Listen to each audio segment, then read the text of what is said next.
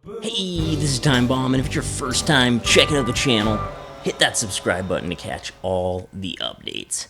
Thanks a lot for joining me today. I am making my first video here in a while. I know I've been away, but getting hyped for Madden 20, but mostly lately I have been hyped for the Raptors playoff run.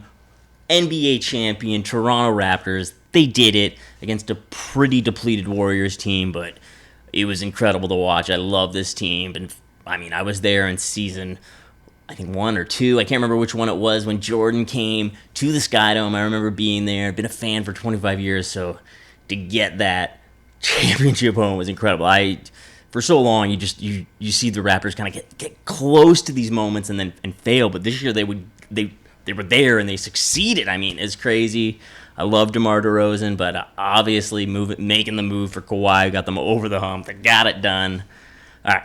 Let's get into some Madden stuff. I have been playing the open closed beta here for Madden, and I've played like 10 games or so, a little under probably right now.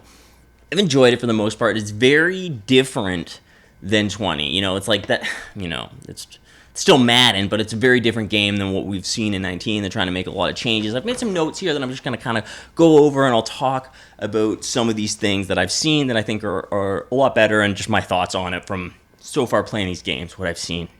So the fumble recovery is so much better now. I know last year if it was a fumble, you were basically going to be on the ground, and you would be lucky if you got up. Of the 4 fumbles I've seen, only one of them I think did they jump on it when it was more of a need for a fight for the ball. So I think that's great to see, kind of. And I think a guy kind of tripped on another guy too. So fumble recoveries are much better. I easily scoop and scored one that I know in Madden 19 would have been just a jump on, and this one was like great to see that. So I think that was right at the beginning of a game too. So that was pretty awesome.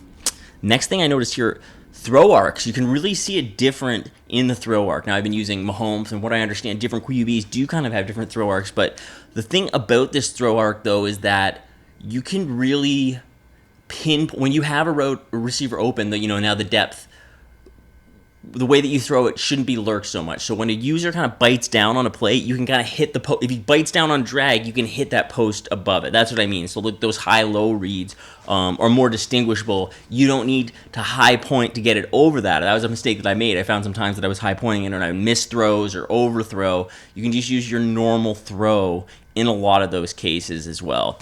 Now, when you're throwing deeper throws, I notice it's a lot longer for the animation to come up. He's really going to take that extra step to throw it deep, so you do have to be mindful of that. As a play is developing, you have pressure coming on you. You can't do a planted throw. You have to throw on the run, so then it's not as accurate. I was having some problems with that when I was just trying to just throw the ball away sometimes, or get at the late I had pressure coming. I was trying to throw the ball deep to a receiver.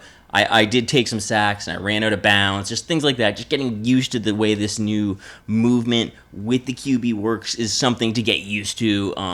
Wasn't that difficult, though. I was just getting used to mistakes as well. The double tap now, how that used to be like a lead pass or the lob. I'm not sure which one actually the name for it was. That's gone now, and I was so used to using that one. That was one of my most used throws. I think on my deep bombs, I always use it. So I did some pump fakes and took some sacks where, I had a touchdown. And I remember the last game I played for sure, because the safety was blitzing and there was no one covering him. So he was wide open, and I double tapped it instead of hitting just the lob. Or I could have bullet passed it. It was just reflex for me in that case to double tap it, because that's what I would normally do for the last couple of years. So it just takes that little bit to get over it.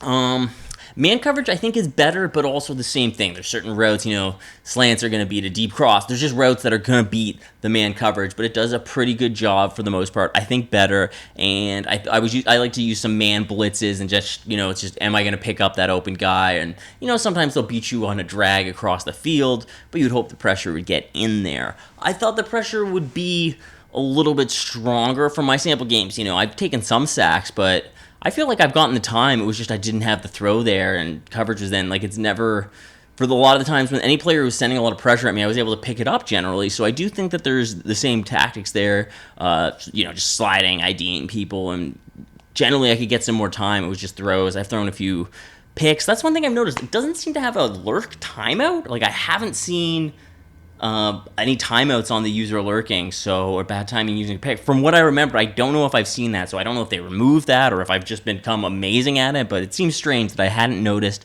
that as well. And because of the effectiveness of lurking and a lot of the pressure getting in there, it can be good to have these different shallow route combos. I think that's going to be a very important part of the game earlier in the year. Although generally, if you can get those post routes, I found were very dangerous though. Especially if you can get you get the time to throw them, you can find them over the middle of the field a lot. If people are sending that pressure, that's when those posts are gonna get in there. I was having a mix of success, playing some cover 2 with the user myself in there, but I think definitely you get there. So another thing I should talk about, the way that throws are now.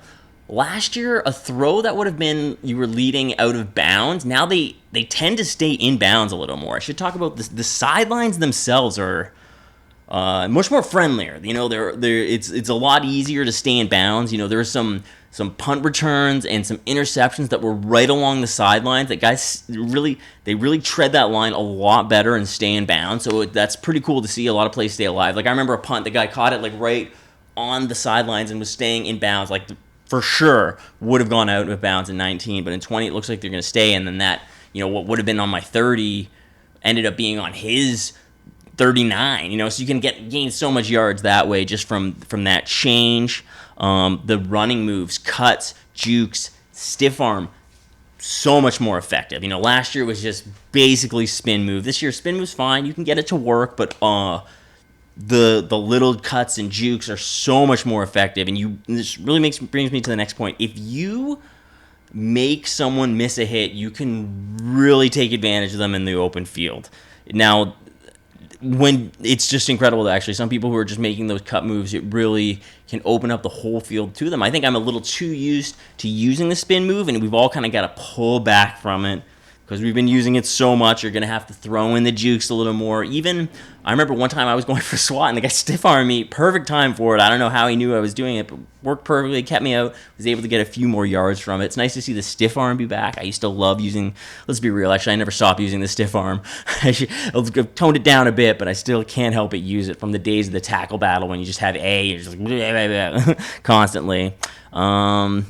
Tip drill was tuned down in some ways, I think. It's funny here because I also noticed a few live ball catches from my wide receivers that maybe I wouldn't have seen, but it seemed like tip drill for the DBs had been tuned down a bit. Maybe that's just my impression, and I could be wrong about that one, but that's what it seemed like to me, that it didn't seem as effective as we had seen it. So that's basically my initial thoughts. I haven't really gotten any of these special abilities really to light up or anything. The X factors with the modes that I've been playing, I haven't had any of those crazy things, but I've been throwing the ball pretty well, getting a couple hundred yards, I think 150, 100, 200, 300 yards some games, so I'm throwing it decently, and a lot of times keeping my opponents to a lot less yardage than that, where they're running the ball and having some success with me. I've been just mixing up cover 4 and cover 2 out of the 3-4, even some 4-3, some nickel, just seeing some dollar, just kind of seeing how defenses are playing.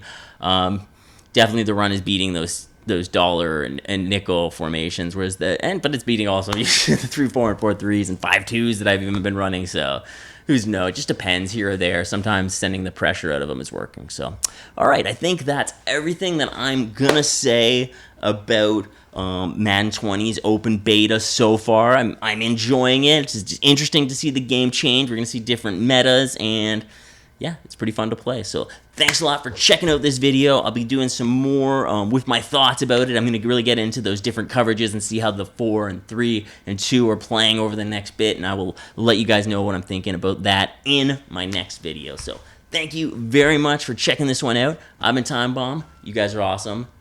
I will catch you guys later.